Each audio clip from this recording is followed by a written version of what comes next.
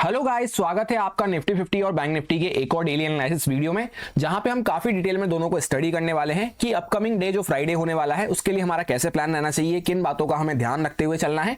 सबसे पहले यहां पर डिस्कशन स्टार्ट करते हैं निफ्टी 50 के चार्ट से। तो आपको देखने को मिलेगा आज के दिन इसकी एक्सपायरी थी और मार्केट ओवरऑल कोई मोमेंटम नहीं करा, एक बड़ा सा गैप अप खुलता हुआ नजर आया, उसके बाद छोटी सी पॉज टाइप कैंडल में क्लोज हो गया। पूरे दिन भर ऑप्शन बायर के लिए कोई खास मोमेंटम नहीं था, मार्केट बस गैप अप खुला और वहीं पे ऊपर नीचे करता हुआ क्लोज हो गया। इस वजह से एकदम छोटी सी कैंडल हमें देखने को रही है। अब ये जो बड़ा सा गैप अप आज के दिन मार्केट खुला, इसके पीछे का मेन रीजन क्या था, पहले हम वो समझ लेते हैं, जिससे कि आपको समझ में आएगा कि आज का मोमेंटम कैसे प्लान आउट हुआ।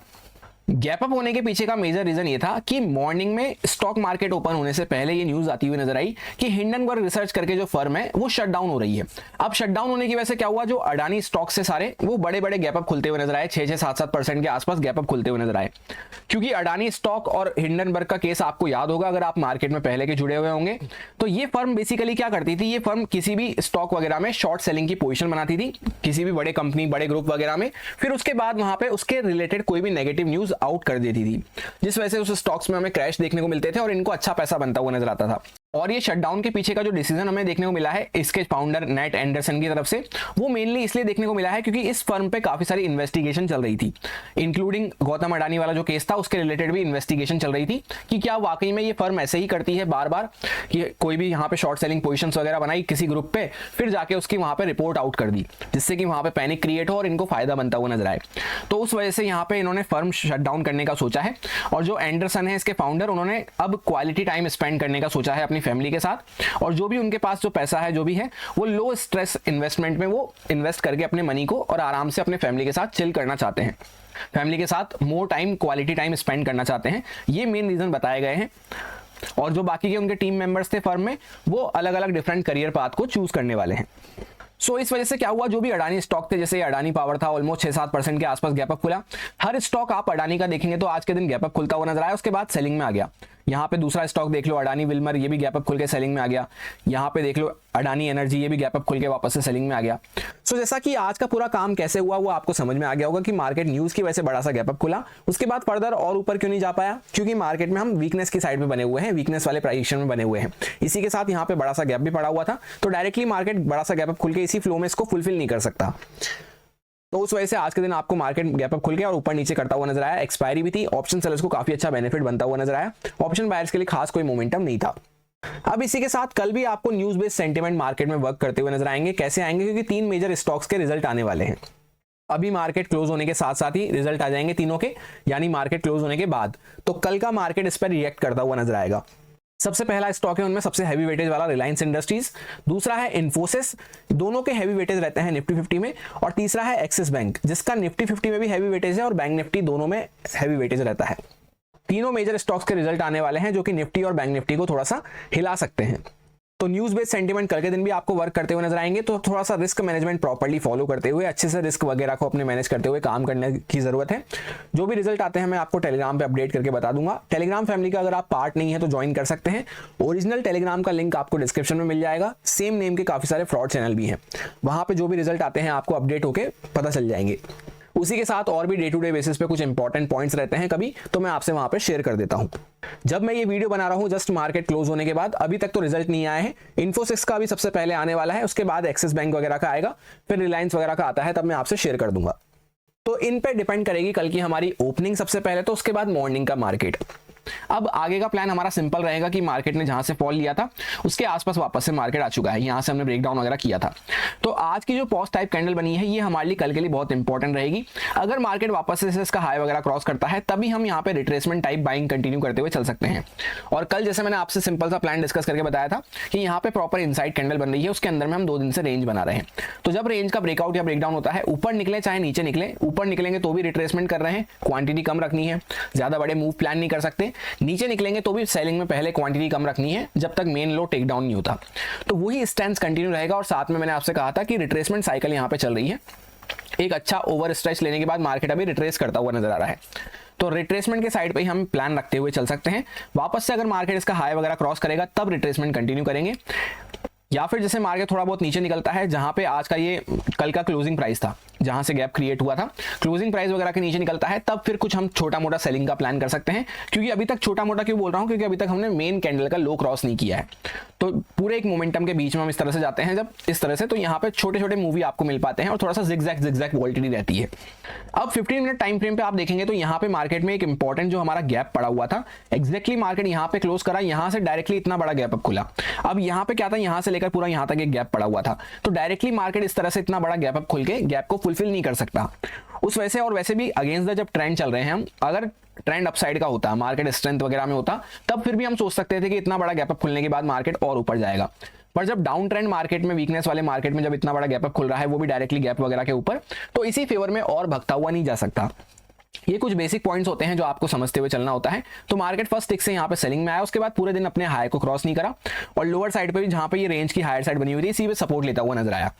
कल हमने डिस्कस भी किया था कि ये रेंज यहाँ पे इस तरह से बन रही है, जब इसके ऊपर निकलते हैं या नीचे निकलते हैं तभी एक मोमेंटम हमें मिल सकता है। तो मार्केट डायरेक्टली निकला तो ऊपर, पर डायरेक्टली गैप अप खुल के निकला, उस वजह से फर्दर और ऊपर जाने की स्ट्रेंथ नहीं बच पाई। तो अब आगे के लिए सिंपल प्लान है कि यहाँ पे वापस से आज के दिन हमने एक रेंज बनाना स्टार्ट कर दिया है, और एंड में थोड़ा सा यहाँ पे बाइंग वगैरह हमें देखने को मिल रही है। तो डायरेक्टली मार्केट कुछ गैप अप वगैरह खुलता है, तो एक दिन पहले क्या हुआ, गैप अप खुल के वैसे भी नीचे आया, तो वापस से गैप अप खुल के नीचे आने के चांसेस कम हो जाते हैं, या नीचे आएगा तो फिर वो ज़्यादा ही नीचे जा सकता है, क्योंकि इस तरह से करने के चांसेस कम हो जाते हैं। तो नीचे आ रहा है तो या तो वापस से ऊपर जाए तब हम बाय कर सकते हैं, डायरेक्टली ऊपर जाता है तब हम बाय कर सकते हैं। सेलिंग हम जब भी कर पाएंगे जब मार्केट थोड़ा सा नीचे आए, इस लेवल वगैरह को ब्रेक डाउन करना चालू करता है, तब हम छोटा मोटा छोटी क्वांटिटी से ट्रेल करते हुए यहाँ पे प्लान कर सकते हैं, इस लेवल के आसपास तक ट्रेल करते हुए 220 वगैरह के आसपास तक। फिर जब इसके नीचे प्राइस बनेगा तब यहाँ पे हमने कई बार सपोर्ट ले लिया है, और ये पॉइंट को मैंने आपसे कल भी डिस्कस किया था। तब इसके नीचे काफी लोगों का यहाँ पे स्टॉप लॉस वगैरह हमें मिल सकते हैं, जो भी यहाँ पे बाय करके बैठे होंगे, तब यहाँ पे थोड़ा ठीक ठाक मोमेंटम मिल पाएगा। यानी बेसिकली जब सेलिंग साइड पे हम थोड़ा सा नीचे निकलते हैं तब अच्छा मोमेंटम हमें सेलिंग में मिल पाएगा। ये सारे कुछ इंपॉर्टेंट लेवल्स रहेंगे जिन पे मैं ट्रेडिंग करते टाइम फोकस रखूंगा। ऑलमोस्ट सारे लेवल्स वैसे के वैसे ही हैं, एक आध लेवल को चेंज किया है। 566 के आसपास रेजिस्टेंस बना हुआ है, 500 के आसपास यहाँ पे साइकोलॉजिकल लेवल आएगा, 437 के आसपास यहाँ पे हमारा गैप फुलफिल होने वाला है। कुछ पॉइंट से अभी भी गैप फुलफिल होना बाकी है, क्लोजिंग टू ओपनिंग अगर हम चेकआउट करते हैं तो। उसके बाद जहां पे हम पहले रेजिस्टेंस ले रहे थे रेंज का, वो अभी हमारा सपोर्ट बन चुका है। ये ऑलमोस्ट हमें यहाँ पे देखने को मिल रहा है 270 के आसपास, और डाउन साइड पे जो रेंज की लोअर साइड बनी हुई थी, ये हमारा नेक्स्ट सपोर्ट आने वाला है, जो कि लगभग हमें 137 के आसपास यहाँ पे देखने को मिलेगा। उसके बाद 23,000 का साइकोलॉजिकल लेवल देखने को मिल रहा है। तो सिंपल रखेंगे प्लान के लिए कि सेलिंग में जा रहे हैं तो भी क्वांटिटी कम रखनी है कल के लिए, रिजल्ट बेस काम चलेगा, न्यूज बेस काम चलेगा, तो थोड़ा सा अलर्ट होकर काम करने की जरूरत है। सेलिंग में निकलेंगे तो भी यहाँ पे पहले छोटे मोटे मोमेंटम, और बाइंग में निकलेंगे तो भी जितनी ये रेंज है बेसिकली इतना मोमेंटम हम पहले प्लान कर सकते हैं। फिर उसके बाद फर्दर हमें ट्रेल करना या आगे के लिए बाद में प्लान करना जरूरी रहेगा। रेंज के बीच में ही पड़े हुए हैं तो यहाँ पे हमें आराम से वेट एंड वॉच करना है। जैसे यहीं पे ओपन हो गया मार्केट, तो जब तक वापस से मार्केट क्रॉस ना करे ऊपर नीचे, तब तक हम थोड़ा सा वेट करेंगे। और नीचे निकलता है तो भी ध्यान रखना है, हर थोड़ी थोड़ी दूर पे पहले सपोर्ट मिलेगा। जैसे यहाँ पे वापस से गैप फुलफिल होगा, यहाँ पे सपोर्ट मार्केट रुकेगा, तो रुकते रुकाते ही नीचे जाएगा। तो उसमें बेस्ट क्या होता है, अपनी क्वांटिटी कम कर लो और प्रॉपर्ली ट्रेल वगैरह करते हुए काम करो। यहाँ पे इस तरह से आपको ट्रेंड लाइन वगैरह भी इसी जोन के आसपास देखने को मिलेगी। अब हम लोग आ चुके हैं बैंक निफ्टी के चार्ट पे। यहाँ पे भी सेम सी कंडीशन है कि मार्केट एक अच्छा स्ट्रेच लेने के बाद अभी यहाँ पे रिट्रेसमेंट साइकिल में चल रहा है। कल भी हमने ये बात को डिस्कस किया था कि मार्केट यहाँ पे हायर साइड पे यहाँ पे एकदम spinning top candle, doji type candle बना के खड़ा हुआ है। तो जब इसके ऊपर निकलता है या नीचे निकलता है तभी एक मोमेंटम हम प्लान कर सकते हैं। मार्केट डायरेक्टली गैप अप खुला और रेजिस्टेंस के ऊपर ही डायरेक्टली गैप अप खुला, 49,000 वगैरह का साइकोलॉजिकल लेवल भी था उसके ऊपर। उसके बाद एक मॉर्निंग में छोटा सा मूव दिया और ऊपर नीचे करता हुआ छोटी सी कैंडल में क्लोज हो गया। तो यहाँ पे भी सिर्फ मॉर्निंग में थोड़ा सा एक दो कैंडल में मूव देखने को मिला, उसके बाद ज्यादा कोई मूव नहीं था। तो अभी हम रिट्रेसमेंट साइकिल में चल रहे हैं, तो उसी साइड पर अगर वापस से मार्केट अपना हाई वगैरह क्रॉस करता है, एक्जैक्टली 49,500 के कुछ पॉइंट्स पहले हमने रेजिस्टेंस ले रखा है साइकोलॉजिकल लेवल के आसपास। तो जब वापस से इसके ऊपर निकलता है तब हम कंटिन्यू रिट्रेसमेंट प्लान करते हुए चल सकते हैं। सेलिंग के लिए फिलहाल अग्रेसिव लेवल्स अभी दूर हो चुके हैं, जब तक मार्केट वापस से कुछ इंपॉर्टेंट लेवल्स वगैरह को ब्रेक डाउन करना तो अभी दूर है। यहाँ पे नीचे निकलेगा तो भी गैप वगैरह आएगा, इस तरह से बार बार रुकता रुकाता मार्केट छोटी मोटी सेलिंग दिखाता हुआ चलेगा शुरुआत में। तो उसमें भी क्वांटिटी कम रखना और प्रॉपर ट्रेल करना जरूरी हो जाता है। 15 मिनट टाइम फ्रेम पे ये कुछ इंपॉर्टेंट लेवल्स रहेंगे जिन पे मैं ट्रेडिंग करते टाइम फोकस रखूंगा। 500 के आसपास साइकोलॉजिकल लेवल है, 780 के आसपास नेक्स्ट रेजिस्टेंस आएगा, 174 के आसपास एक माइनर सपोर्ट हमारा बना हुआ है इंट्राडे का। इसके नीचे निकलते हैं तो 822 के आसपास यहाँ पे एक इंपॉर्टेंट सपोर्ट हमारा आ सकता है, जहां पे पहले हम कई बार सपोर्ट रेजिस्टेंस ले चुके हैं और यहीं पे हमारा गैप भी इसके आसपास ही 20-30 पॉइंट का जोन हम मानते हुए चल सकते हैं। यहीं पे हमारा गैप भी ये पड़ा हुआ है जो फुलफिल होता हुआ नजर आएगा। तो प्लान इसमें भी सिंपल सा रहेगा कि वैसे तो न्यूज बेस्ड सेंटीमेंट कल के दिन मार्केट में आपको वर्क करते हुए नजर आएंगे, पर फिर भी जैसे यहाँ पे एक प्रॉपर रेंज बन रही है, मार्केट ने हायर साइड पे अपने आप को होल्ड किया है और एंड में भी थोड़ा सा बाइंग दिखाते हुए क्लोज किया है, तो वापस से जब मार्केट इसको क्रॉस करता है रिट्रेसमेंट वगैरह हम और कंटिन्यू प्लान करते हुए चल सकते हैं। बीच में आराम से वेट एंड वॉच करेंगे क्योंकि यहाँ पे प्राइस कंफ्यूज बना हुआ है।